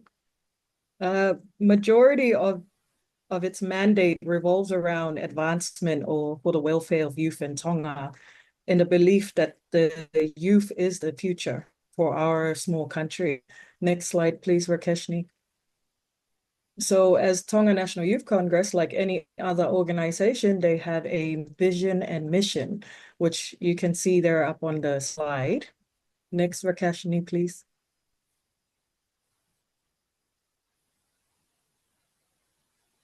So Tonga National Youth Congress, through funding from the Kiwa initiative out of IUCN, small grants program funded through JEF, and SBC through various small organic livelihoods project, or through these fundings, they were able to implement nature-based solutions across various communities in Tonga, not only in the mainland of Tongatapu, but in Hawaii, Vava'o, Ewa, and even as far as the northernmost group of Niuas. Now, most of the projects they've been working on is coastal resilience, in addition to the biodiversity management. The reason why coastal resilience is such a big deal for Tonga, because even though we fit under the ridge to reef landscape seascape approach, our islands are very low lying to the point that it's very much a reef to reef strategy to implement any project on the ground. Hence why the coastal resilience will always play a major part of our nature-based solutions, biodiversity management, even climate resilient initiatives. So through here, we have mangrove restoration where context fits, like low-lying parts of Tongatapu, such as the Sopo area, and some of key places in Vava'u, which has mangrove forests around. Not as much as the mangrove forest found in Fiji, but we do have somewhat of a mangrove forest to a certain extent. Our marine conservation initiatives include alternative livelihoods. And this is to alternative livelihoods in order for communities to better manage their locally owned and managed marine protected areas, which locally here in Tonga we call the special management areas, whereby communities own these particular plots about 3 miles out from the high water mark along their coast. And within this special management area, they have a fish habitat and one that they can sustainably fish over time. The beauty of such a marine protected area in Tonga is that the communities have full ownership of how they want to go about sustainably fishing and what practices they allow, and also what kind of conservation measures that they have in place. What the Tonga National Youth Congress, along with CSOs, offer these communities with special management areas or alternative livelihoods, meaning for the local fishermen to lay off going out into the ocean during certain periods of time, we can sustain livelihoods from elsewhere, like fishing and empowering local women through their arts and crafts, which brings in money. So I guess for us, the nature-based solutions has always been a component throughout, without even the branding of it coming through. But in recent years, especially with Kiwa stepping on board, we have moved towards this. Finally, it's come up as something we call nature-based solutions. Whereas in Tonga, we've always called it alternative livelihoods or organic livelihoods, because all of the livelihoods of these communities are integrated into their conservation efforts. And that's where our community engagement comes in. Making sure that an active role is played between environmental conservation and that balancing act between conservation and sustainable development at a grassroots level is very important. Now, what that looks like across the communities vary, and how it varies is only protected to a certain extent by policy influence or overarching frameworks at a national level. And these are whereby we try and integrate from CSO perspective. We are a platform that advocates for such policy change or frameworks to come in place. But these efforts are not without the integration of traditional knowledge at local grassroots. Now, the difference, I guess, with the implementation of Tonga National Youth Congress for the nature-based solution is normally an organization would walk in and implement the project, and then there's a handover process, and then they leave. No, the active participation by communities from the development to the implementation to the closing off phase ensures sustainability across all of these projects or all of the initiatives that Tonga National Youth Congress has put forth, hence why this particular slide on active participation and taking ownership. Next slide, please, Rakesh.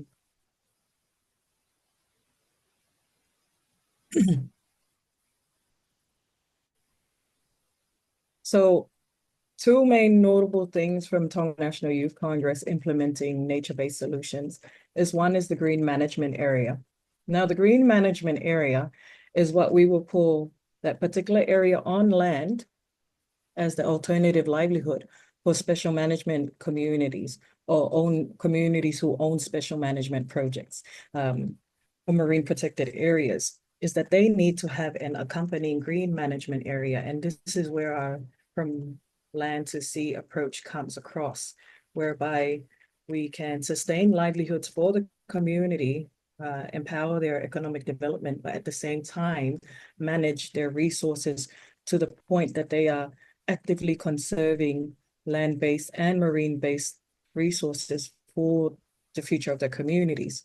So these are the main 5 things that the Green Management Area or the Green Management Area program does in these local communities who have, but most of them, we work with them. And once they put their hand up and say, okay, we are ready for a green management area, then Tonga National Youth Congress would then move in and help them build governance, build constitution, build their little strategic plan at a grassroots level and ensuring that this green management area can be established. Sorry, Rakeshni, next please.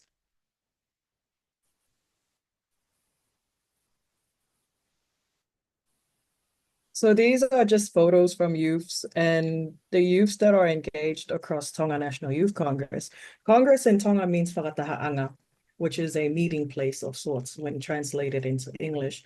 So the Tonga National Youth Congress, at a national level, we are bringing all together the youth across all communities. So pretty much every voting constituency, every administrative district in Tonga has a youth council of sorts who are then members of the Tonga National Youth Congress. And this is how the network of the largest youth-based organization in Tonga is set up.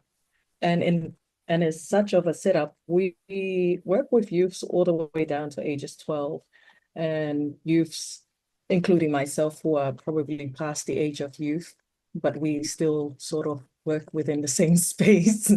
I think our oldest youth youth advocate is pushing 80 at this point, but we still like to advocate heavily for funding to come through to the youth initiative, because we have always believed that nature-based solution is that bridge between balancing act of economic development and conservation efforts for the environment.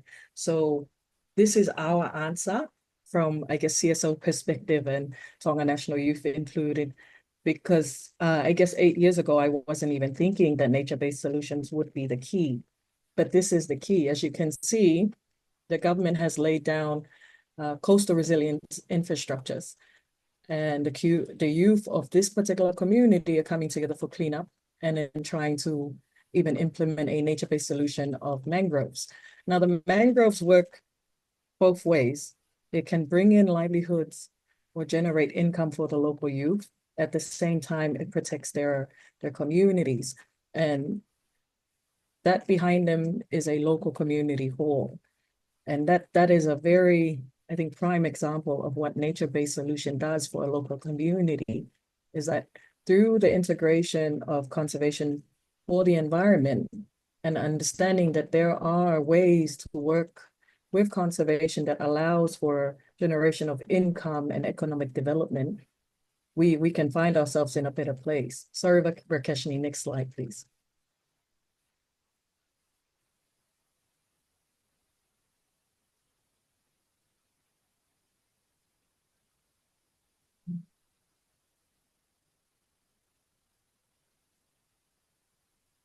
So these are the main outputs or outcomes that we have seen from the KIWA initiative.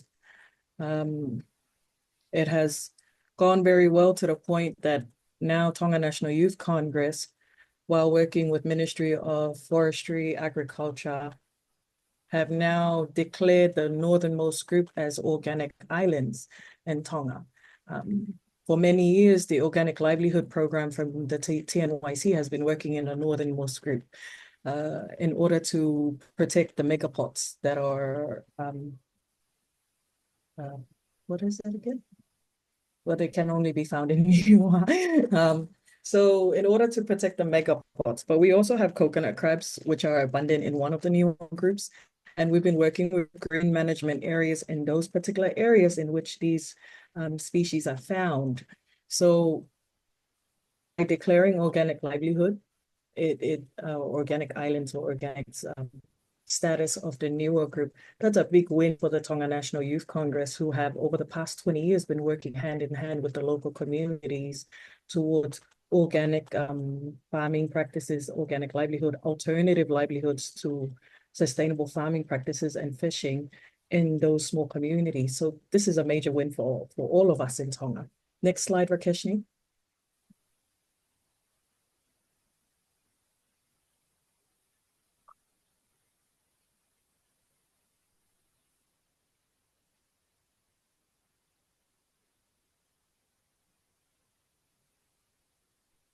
I think these are the two main lessons learned from Tonga moving forward, even without funding. But moving forward for all nature-based solutions in Tonga, we'd like to feel like these are the best lessons learned. The communities need to drive the sustainability and resilience of any initiative on the ground. Fostering community ownership and motivation is a big must, especially when there's low funding or no funding at all. What we can do best for them is keep supporting them, albeit the lack of finance. But that shouldn't dampen spirits in terms of conserving the environment or even pushing for sustainable development in local grassroots. Next, Rakeshni.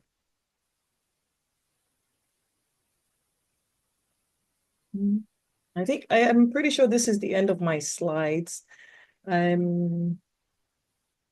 Yes, so this is the end of it, guys. I'm so sorry if I have rambled on more than my time allocated. Thank you so much, Sesimani. I didn't want to interrupt you because what you presented it's excellent. Oh, thank you, Daniela. That's the word I was trying to look for. Indigenous. Indigenous. No, thank you, Sesimani. We can see that you are passionate, and I think that should be a prerequisite to implement like efficient NBS. It's like when we have like people as passionate as you, that we can see a big difference. And working closely with the youth, I think it's a must. So thank you so much for that. Do we have any question for Sesimani? Again, I'm sorry, we're running a bit late, so we may finish maybe 20 minutes late, something like that. We try to minimize as much as possible. But thank you, guys. I see that probably no questions. I will leave it to you, Ludovic. Thank you, from Tonga. Thank you so much, Sesimani. Always a pleasure to see you. So now let's give the floor to William Bani from Vanuatu to hear like the last case study that we have today. Rakeshni just would like to confirm before we giving the floor to Bani that we will be able to stay connected after the 2 hours, that we won't be disconnected. I think so, Ludwig. Okay, thank you. Bani, you're more than welcome to take the floor. Hi, and good day, everyone. You hear me clearly? Yes. Perfect, Bani. Thank you. Bani, you would like me to share your slide as well from my end? Yes.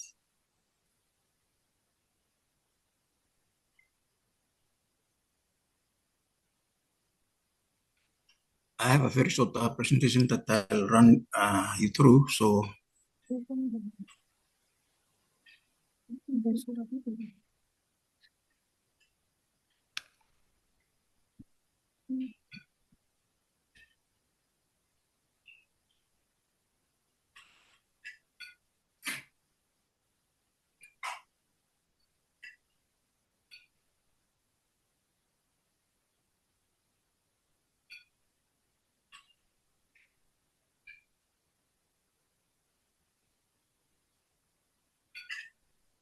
okay, yeah, thank you, Rakeshni. Yes, I'll be taking us through what BBAC Plus project has been doing in Vanuatu and in the Pacific as a whole. During BBAC phase 1 and now BBAC Plus second phase. Just for introduction, I am Bani from Vanuatu as a country coordinator for the BBAC Plus project. Next.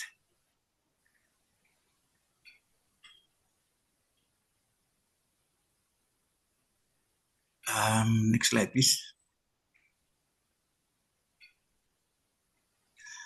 Briefly on the project, it is funded by GIWA Initiative. We've got 5 donors, that's AFD, Canada, IFAD, MFAD, and EU. The aim is to develop and scale up on institutionalized ecosystem-based adaptation to climate change. And the geographical area that the project is working in, we've got Fiji, Solomon Islands, Vanuatu, New Caledonia, and Wallis and Futuna. The 2 last countries there have just been added on during the second phase of BBAC. The main activities in these countries at the moment for Wallis and Futuna especially, we got SRAM assessment going on. And Fiji, we got forest and mangrove replanting and restoration. We've got agroforestry in Taveuni and also in Savu.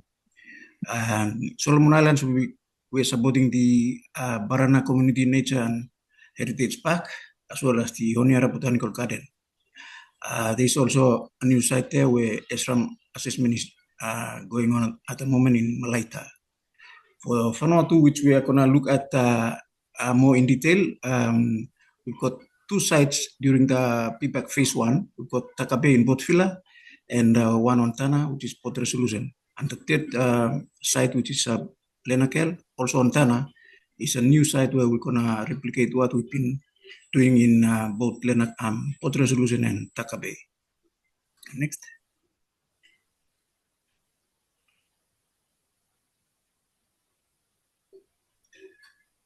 As I mentioned before, yes, we've got just briefly how we've arrived at these sites.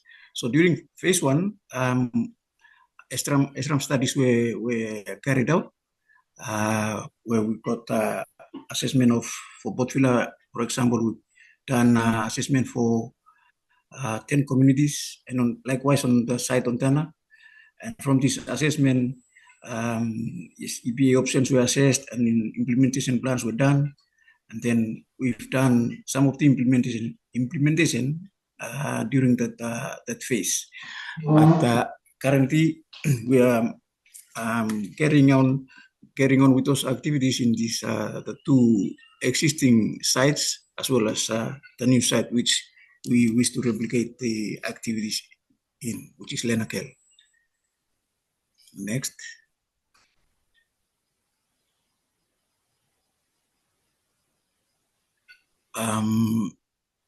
This is this is Port Vila, where it's just showing the Port Vila Bay there, shaded in red, where studies have been carried out, and from there it was decided that only one area would be targeted, which is numbered there as number 1. And that is after all the assessments were done with communities and households for both socioeconomic studies have been carried out. Next. 2 sites have been located on Tana. One is in the southeast and one is the western site. So southeast area was the area where previously was addressed by the project, and the new site, which is on the west, will be a replicate of what we've done in the previous site. Next.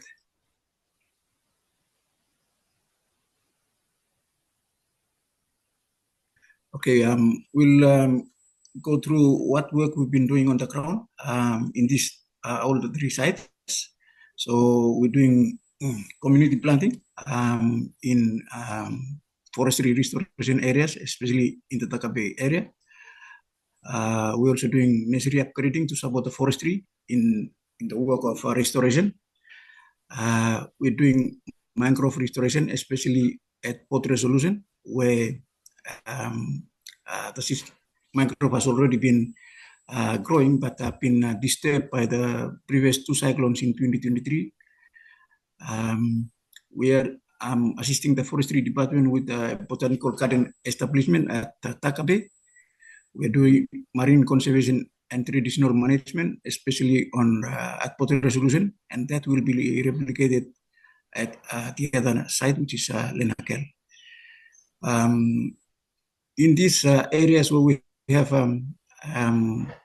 marine conservation, we do livelihood support for as a protein alternative when the fish have been conserved. So we do training on poultry piggery, and we're also doing in the current with the current project, we're doing ducks and goats as well, training for the communities.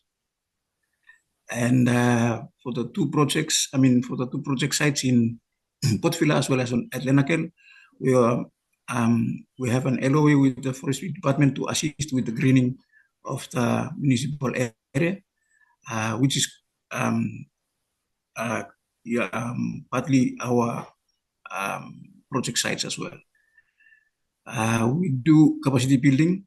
We engage students. They have shown interest in the work that we do. So those that take environmental studies and climate change and DRR, they have come to engage the students with to do practical work at our sites.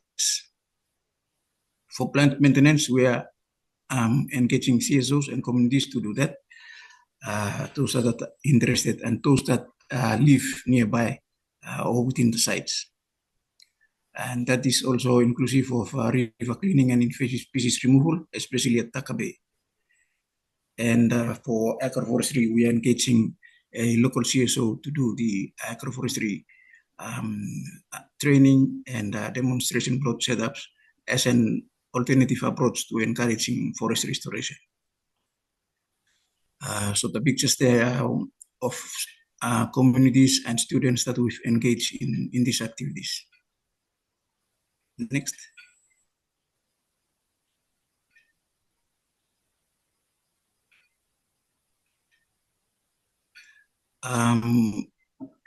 Briefly on the opportunities and successes that we've experienced. We see a very good engagement of partners, especially government, CSO and communities, and even private sector and educational institutes. That is value adding to the existing work that we have. We do as much as possible try and be inclusive of the communities. So we engage much the communities that live within our project sites. And that creates an inclusive environment for both also CHC recognition and participation. Next.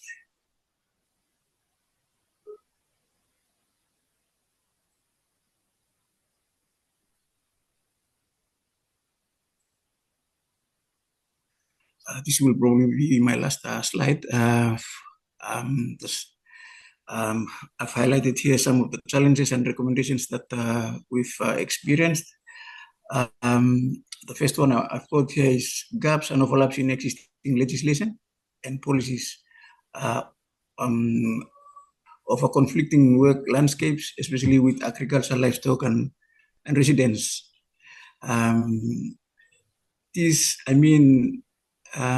We've got different government departments in existence, and they do have their own policies and their plans. But with the work of EBA and NBS, it is quite challenging when you try and say, for example, try and reforest or restore a water catchment or a river bank, but you have people living right all the way to the river, simply because maybe lands department has a gap in their policy to allow people to reside all the way to the river banks. And also the same thing applies with agriculture and livestock. You see cattle ranching projects that have cattle wandering all the way to the waterways, same as agriculture activities done within the ecosystem areas that we try and protect. So we believe there is a gap that the government and relevant departments have to look at in addressing. Maybe come together to see how they can harmonize the existing regulations to allow for ecosystem activities to be able to be successful. Second one we've got here is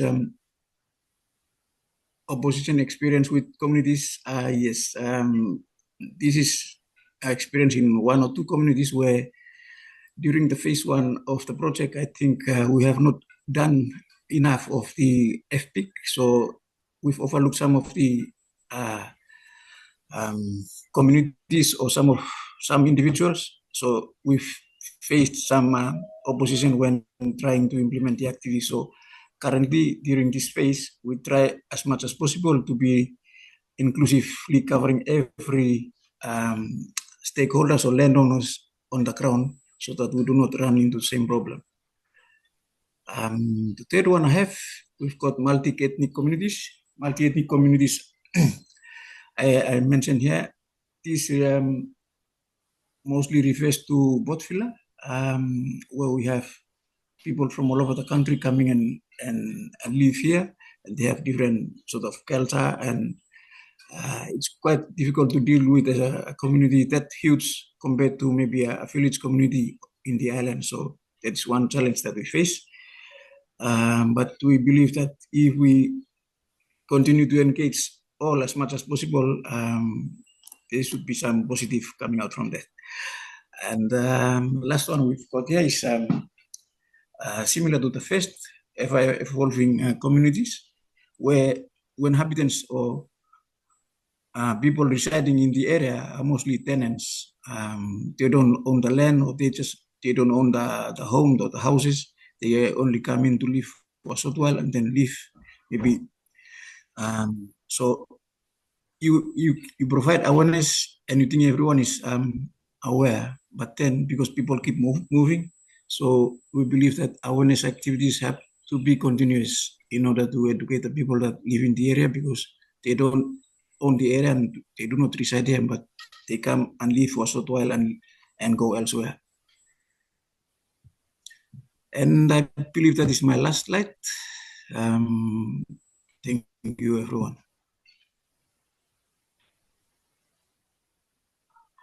Thank you so much, Benny. I think it's a great example of how you can work on large scale, reach to reef, taking into account the marine aspects, the land, the coastal. I mean, that's a great project. Anyone would like to have any question for Benny? Yes, we have one, Benny, from Kelera. I can read it to you.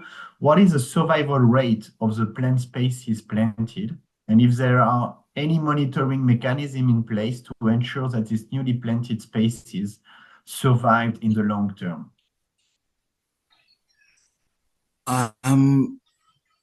The spacings that we have, our spacing that we do is, I mean, depending on the species of trees that we introduce, and depending on the approach. If it's agroforestry, then we provide huge spacing for agricultural root crops to have sunlight and enough spacing for them.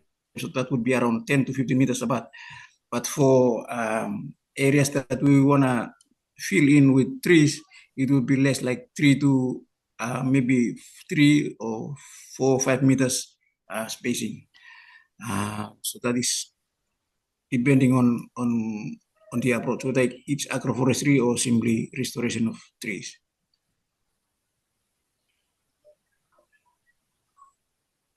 Thank you, Benny. I think it's a clear answer. That's a very sensitive topic when we talk about this restoration that we can see with very low survival rate in some cases.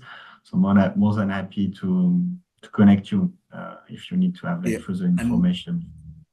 If I may also add here is that we do as much as possible to plant the local species that we have, and no introduction of a new species, which we might have a problem of the species adapting in the area. So we encourage as much as possible the native species of trees that we have grown, whether it's on coastal or on the riverbanks or inland.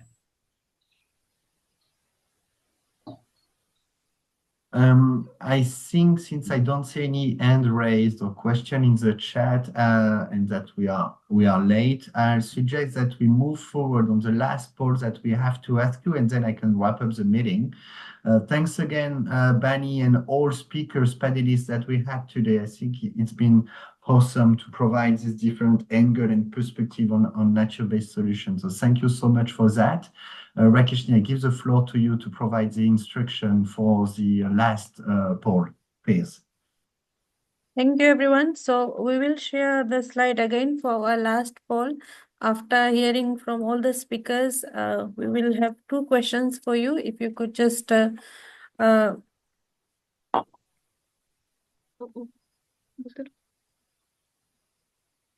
so can use the QR code again, or you can just go to slido.com and enter the code that we are sharing, and then you'll have access to the 2 questions that we have. We can't see your screen yet, so we can't see the QR code yet. Yep. We are We're sharing. sharing. No problem.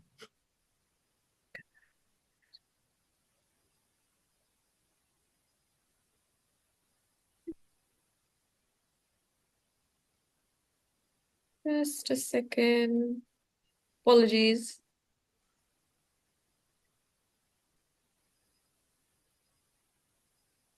The good thing of having a webinar series is that we can always adjust a little bit this technical issue for the next webinar, making sure that they will run even more smoothly.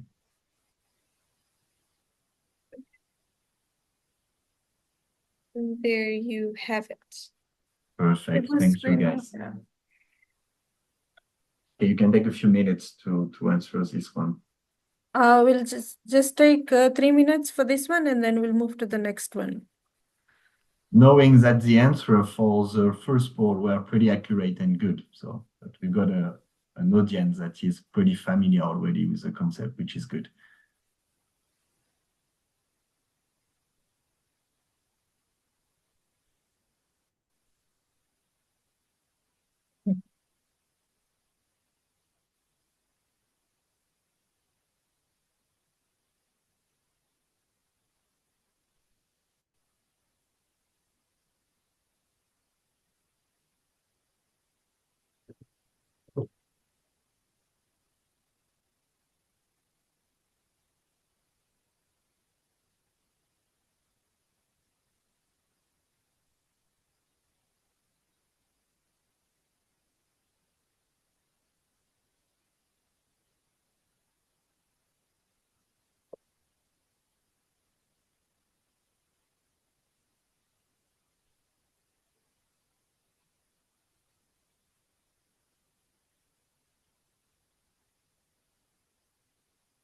Rakeshni, maybe we can move to the next one. Yeah, sure.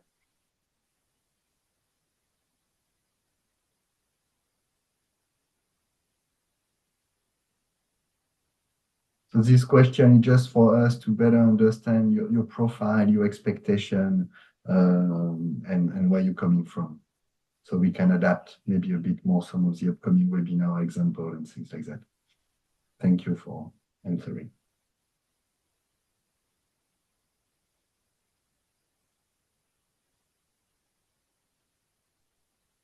It is really like to capture from your perspective within which space you see that you will be able to apply NBS. Of course, they are needed everywhere.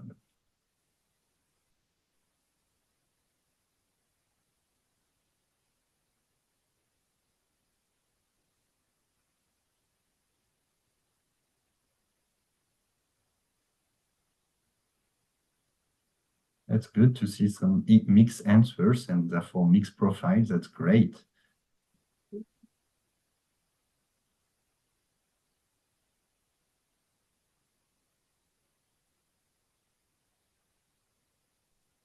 We can see agriculture, yeah, coastal resilience, TRR, and of course, forestry, water management. Perfect. Urban planning, that's good. Okay, great. Something that increasing interest over the last years. Happy to see that as well. 25. You let us know, Rakeshni, when you want to move to the next one. Thank you. There were only 2 questions, Ludo, but we will put the poll active if participants want. Over to you, Mr. Ludwig, for the last closing. You didn't have the one on the feedback? Was that something you want feedback, to we'll do it after closing. We'll put it on the chat now. Perfect. Okay. Thank you so much, Rakeshni, Jacinta, for your support. Thank you to our beloved panelists again for very great intervention, and thank you for all participants. We hope that you learn new things today. The idea was really to break down and clarify this concept of nature-based solution from theory to practice. I hope that we've been able to clarify this concept and that it becomes clearer on what can be a nature-based solution and what is not a nature-based solution before we move into the next webinars, which will deep dive into specific topics. So we hope to keep you for this entire series. I would like to give you a few takeaways. For those who will be able to join the entire series, we will issue a certificate for you to attest that you completed this webinar series. Also to let you know that Rakeshni will get back to you to share again a link to a shared folder where you will be able to download the PowerPoint. You will be able to get access to the recording of the session, as well as we are trying with the panelists for every webinar, and that will be again the case for the next one, to share with you some relevant literature or resources. So you'll be able to get access to these resources as well. And please, if you can take a few minutes to enter the survey to provide your feedback on this session, that will help us to improve the next one. Sorry again for some of the technical issue we experienced today, but since we will use the same Zoom link for all the upcoming webinar, I hope that everything will be even smoother for the next one. I think I covered it all. Again, thank you so much everyone for your participation. Rakeshni, do you have anything you would like to add before we close this one? Thank you, Ludwig. We just want to just take few minutes to fill the feedback form that we are pasting the link on the chat box. We can see Rakeshni. Thank you. So this is just a simple feedback form so that we can improve on further webinars that is coming up. If you could just take few minutes before you leave to fill the feedback form.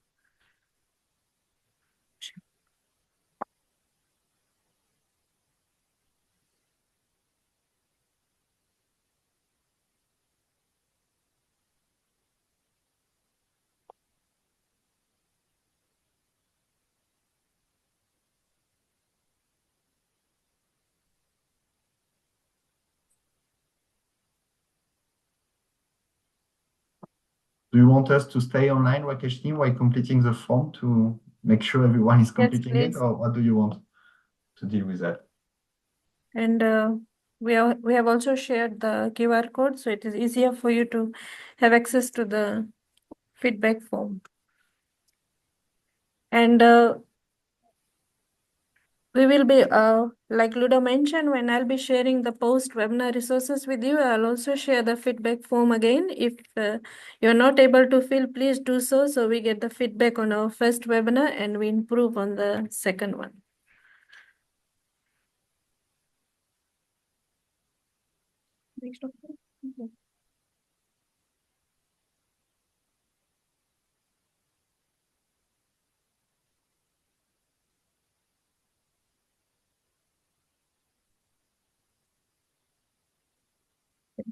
Thank you, Ludo. I think we are okay with that one. So you want me to close? Is that fine? Yeah. Okay, again, thank you everyone. Looking forward to seeing you for the next session, next webinar in 2 weeks, same time, same link. And it will be a deep dive about the NBS standards and how can we apply them to improve implementation of NBS. Thank you again, everyone. Have a great day and sorry for having been a bit late. Bye-bye. Looking forward to seeing you all.